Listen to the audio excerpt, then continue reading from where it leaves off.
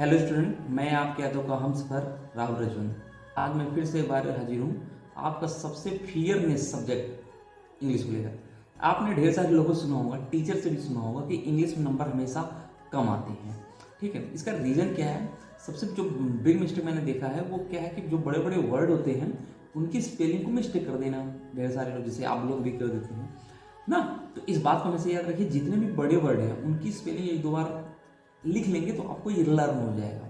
तो ऐसी गलती ना करके स्पेलिंग ही मिस्टेक हो जाए। ढेर सारे लोग क्या करते हैं, राइटर का नेम, जैसे भाई अपने यहाँ तो है राहुल RAHUL लिख देंगे, रूबल RBBE लिख देंगे, लेकिन जब यही विदेशी फॉरेन राइटर का नाम लिखते हैं हम, तो वहाँ के नाम की स्पेलिंग थोड़ा दूसरे ढंग से, कभी ई पहले आई, वहाँ पर भाई यहाँ तो चल जाता है कि नेम के अनुसार मात्रा जो वावेल लगाए जाते हैं, लेकिन वहाँ ऐसा नहीं होता, उल्टा सीधा नाम, जैसे विक्की VICKY, भाई इंग्लिश नेम है तो इस तरीके से तमाम हो जाते हैं, तो इनकी भी मिस्टेक आपसे हो जाती है।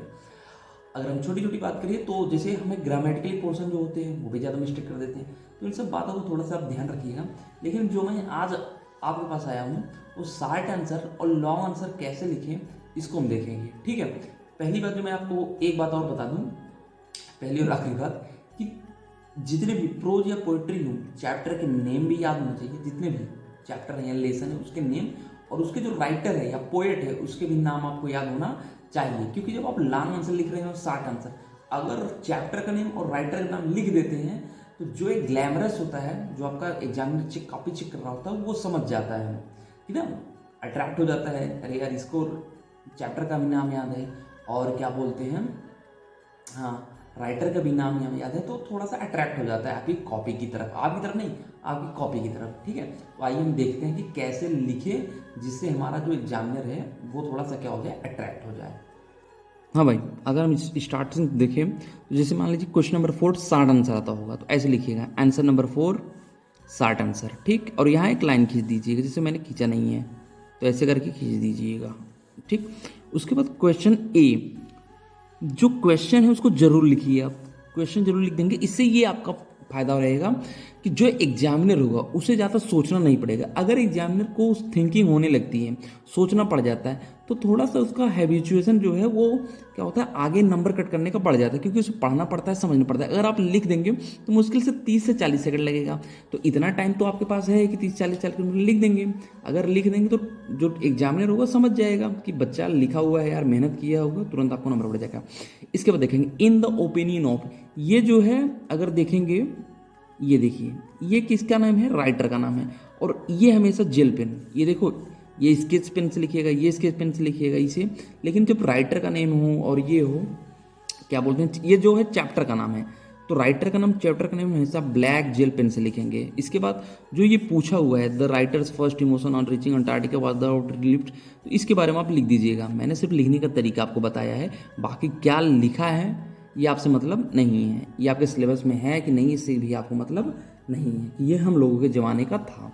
ठीक, तो इस बात से याद रखिए। और ये थोड़ा सा क्रम वाइज लिखिएगा, देखिए मैंने एकदम क्रम से लिखा है तो दिखने में अच्छा लग रहा है, अट्रैक्टिव लग रहा है, तो टीचर समझ जाएगा, जो एग्जामिनर होगा, कि बच्चे ने काफ़ी अच्छे से लिखा हुआ है और किसी अच्छे टीचर ने इसको बताया था तभी अच्छा लिखा हुआ है, इससे मेरी भी तारीफ हो जाएगी। बढ़ते हैं अगले की तरफ।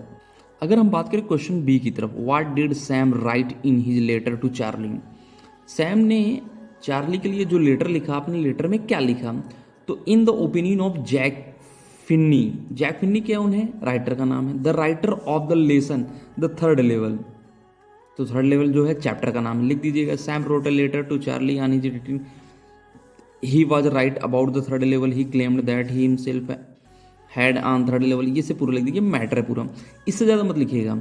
और ऐसे एकदम क्रम से लिखेंगे तो दिखने में अच्छा लगता है।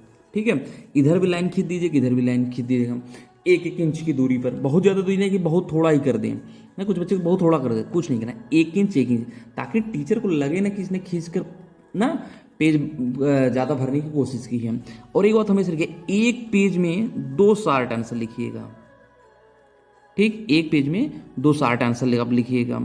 और अगर एक लॉन्ग आ रहा है तो एक पेज लीजिएगा या मुश्किल से और बढ़ा दीजिएगा, 1/2 पेज, मतलब 1.5 पेज तक आप ले सकते हैं। ठीक, बहुत ज़्यादा मत लिखिए, क्योंकि अगर आप बहुत टाइम किसी क्वेश्चन पे दे दिए तो अगला जो नेक्स्ट क्वेश्चन होगा आपका छूटने के चांसेस बढ़ जाते हैं, तो ऐसी गलती आपको नहीं करनी है।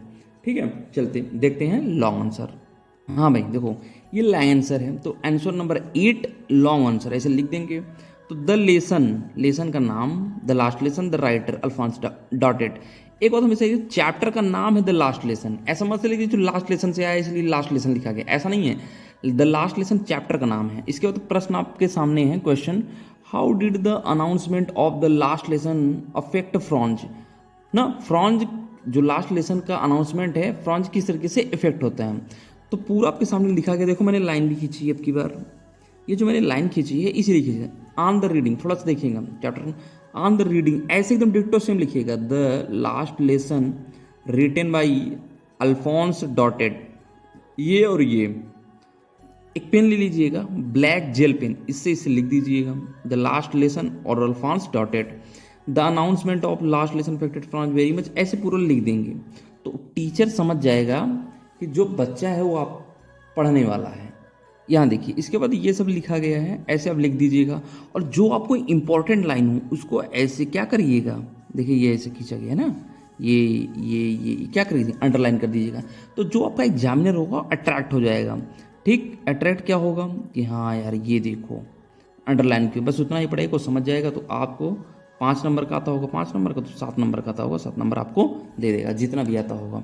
अगर हम थोड़ा से और पीछे जाएं तो मैंने देखो लिखा है the lesson, the last lesson writer नाम, तो यहाँ से अगर वो पढ़ रहा है तुरंत समझ जाएगा कि हाँ यार बच्चा जो है काफ़ी समझदार है, काफ़ी क्लेवर भी है, और अट्रैक्ट हो जाएगा और समझ जाएगा किसी मास्टर ने, किसी अच्छे मास्टर ने पढ़ाया है इसको। उस मास्टर का क्या नाम है, कमेंट बॉक्स में आपको जरूर लिखें।